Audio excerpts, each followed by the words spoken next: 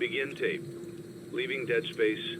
3, 2, 1. The purpose of this tape is to test automated response times and reactions from vintage interactive attractions following audio stimuli. If you are playing this tape, that means that not only have you been checking outside at the end of every shift, as you were instructed to do, but also that you have found something that meets the criteria of your special obligations under paragraph 4. Follow these instructions, document response times, then safely secure the space before leaving. Upon sealing the room, you are not to return. Begin audio prompt in 3, 2, 1.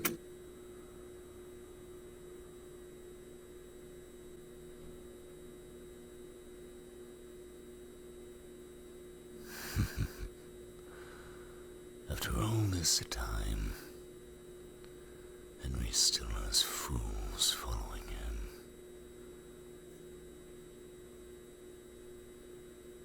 What?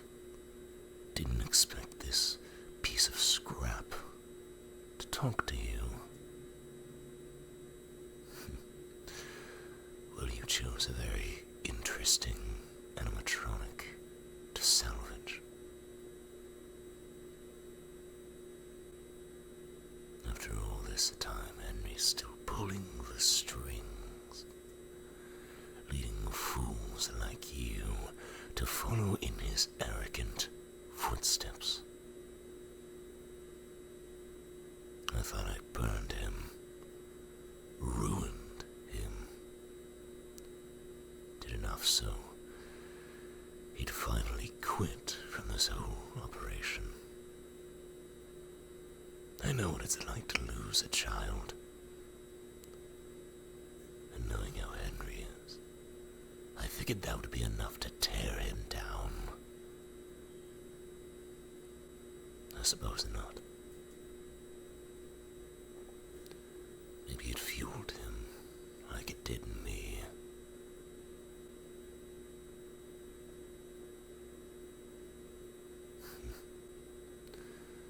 After all these years, decades in this stuffy suit, I find myself here, stiff as a board, being interviewed by a simple technician. You're lucky that the spring locks are especially stiff from the rain. It'll keep you safe for the moment.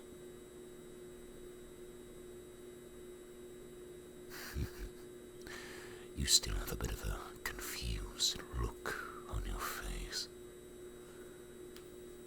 I suppose while I'm here, I might as well offer you a bit of an explanation.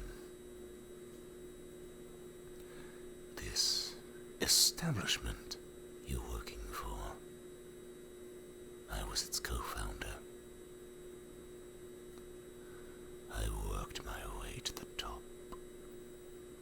I built all the animatronics you're so familiar with. At least, I was, before Henry came into play. All that work, and I thought the merger was going to be peak opportunity. Little did I know he was a snake, slithering his way into my business, my empire, to snatch it away from me. He's a rat. Don't let him tell you otherwise. For a while, I was content. I was happy with the position I held, even though I wasn't aware of how manipulated I was. But that all changed when the bite happened. I mentioned I knew the pain of losing a child. Well, Well, it's happened multiple times to me. My sons. The eldest was teasing, making fun of my youngest's fear of the very thing I did. The animatronics. Oh, they would make him weep. So, like any responsible older brother, they teased him to the point of no return. And I lost my son that day, along with my mind. The feelings I felt, the distraught. I became obsessed. I needed to find a way, find some way to bring him back. Then I thought, experimentation. I had discovered a remnant around this time, but I needed more. Experiments.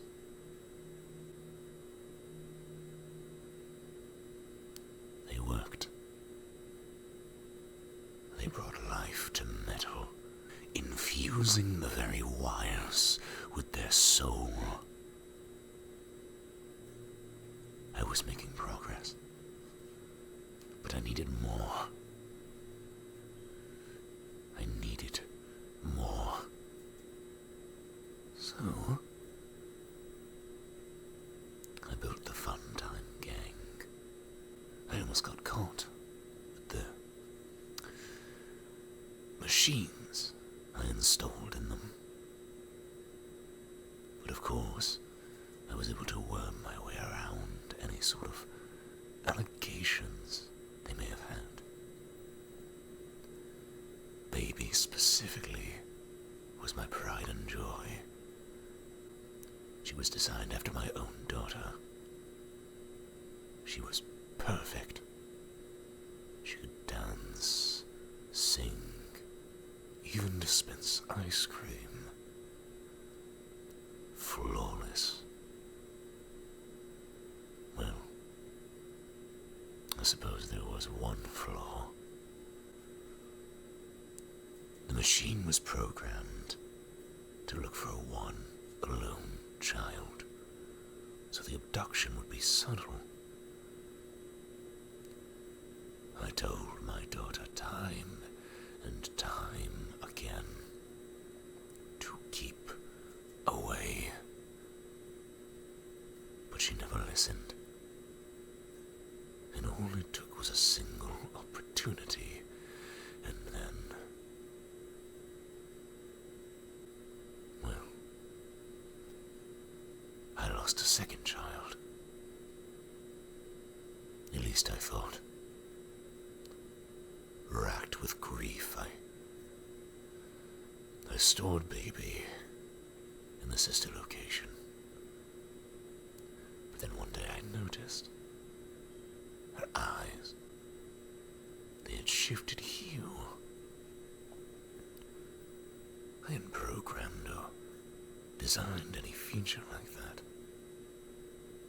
After looking into it, I saw her.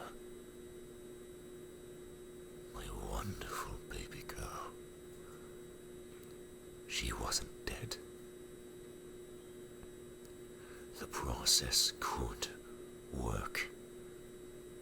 But someone was getting in the way of my experiments. Henry. He didn't comprehend the importance of the work I was doing. His feeble mind couldn't even wrap its head around the processes. He couldn't understand. He never would. So, I decided to find a test subject that was rather close to him. Charlie, a sweet girl, all things considered, but a prime suspect. I threw her corpse in the alleyway and let the security bot crawl its way and cover her corpse. And it worked. Everything I was doing, it was all worth it. I had reason. I was making progress. Then one day, I heard whispers, echoes of souls past. I was confused. Then I saw them. Every single one of them reanimated. It was remarkable, but terrifying. I was backed into a corner. I was scared. But then genius struck me. Fear still held power over them. I could feel it. So, I put on the very suit you see before you. It was a genius move. I could see them trembling, the spirits shaking at the memory of what happened. I was invincible. So I felt. Springlock failure. All of a sudden, I felt dozens of pins striking through my skin, crushing bone, mangling my organs. I could feel my entrails being crushed and stabbed. Oceans of blood covered the yellow fur of the suit. I couldn't move.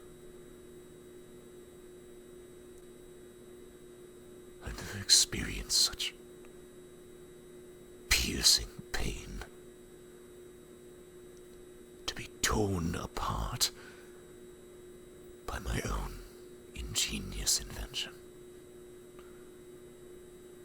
There was an irony to it, I can't deny.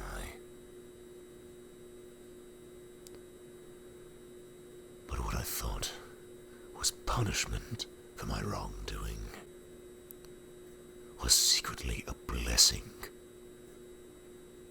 The Springlock failure happened years ago. I should have died in minutes.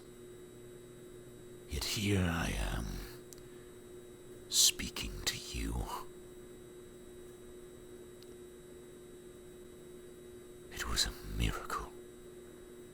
My own experimentation turned on me and proven a great success.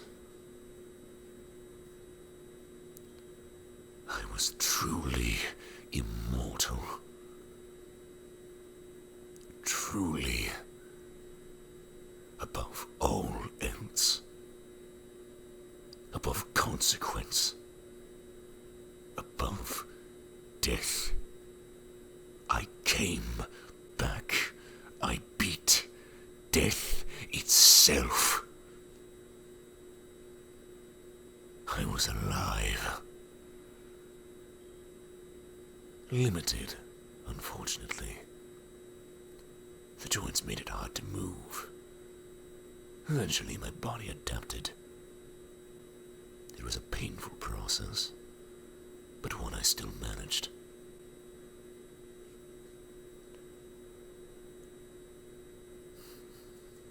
I then used my new persona as an advantage.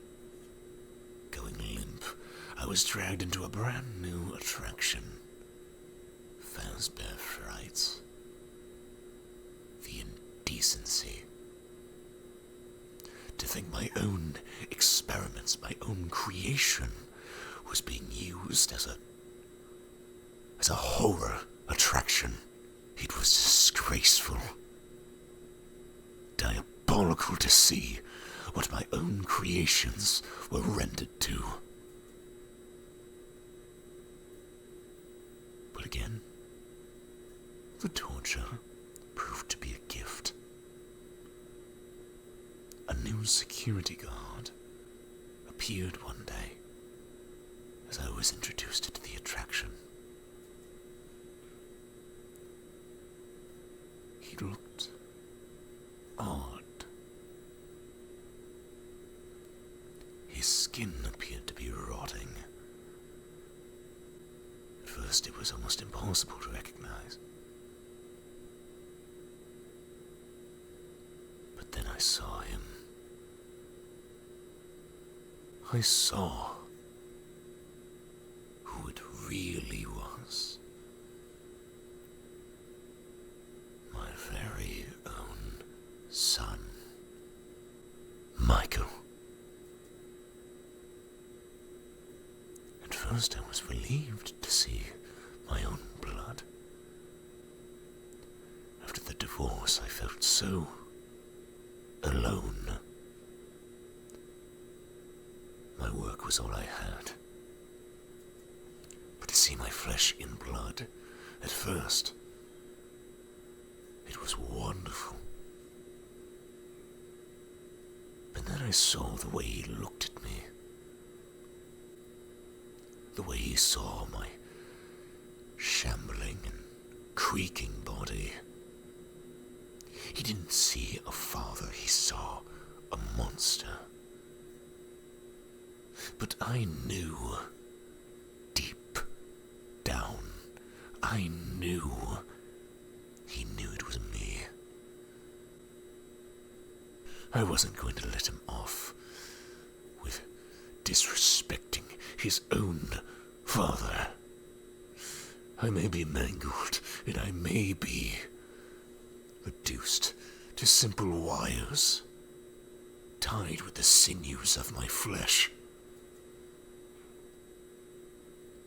But I was still his father, and it appeared I had one last lesson to impart upon him.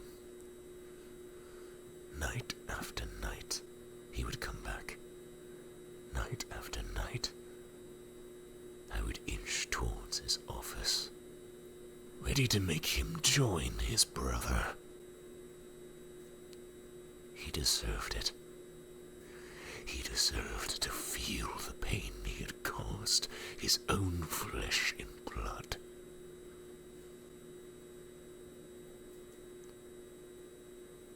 But then something clicked. After the final night, something clicked in his mind. I could see it.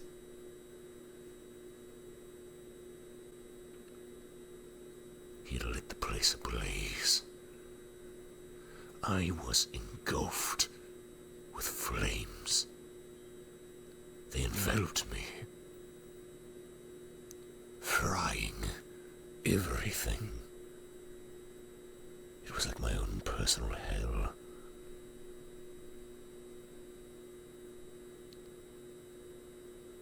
But I refused death once more. I refused to give in.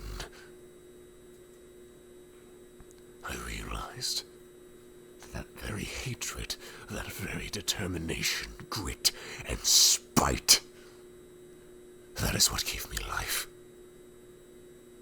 That anger, that agony, it was the final ingredient. It all made sense. The missing component to my research, agony. It was a core principle. Utilizing this, I shambled out of the scorched remains, untouched.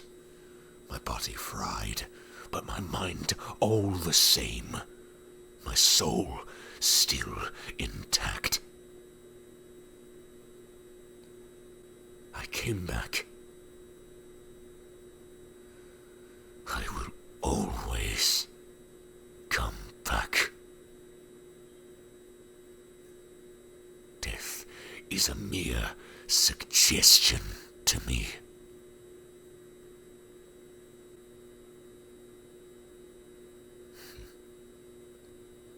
Afraid?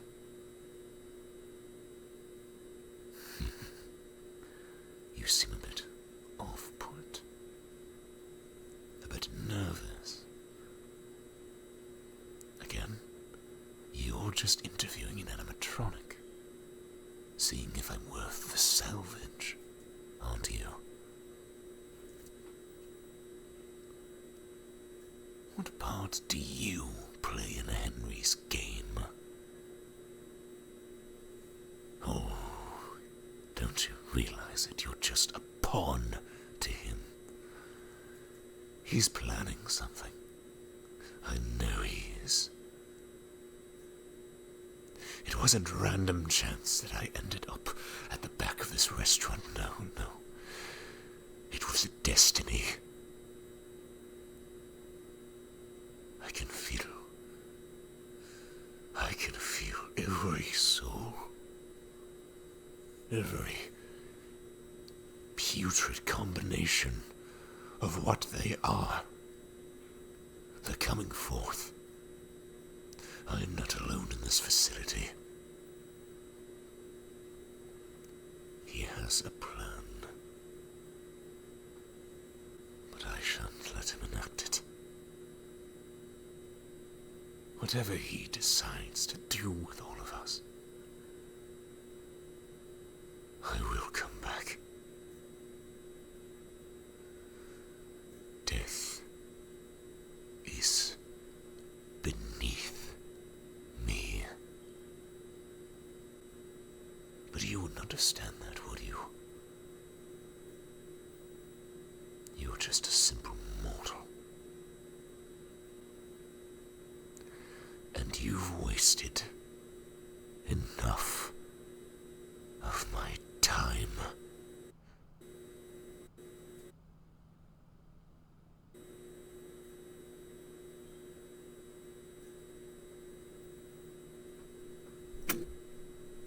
You have completed the maintenance checklist and may proceed with the salvage.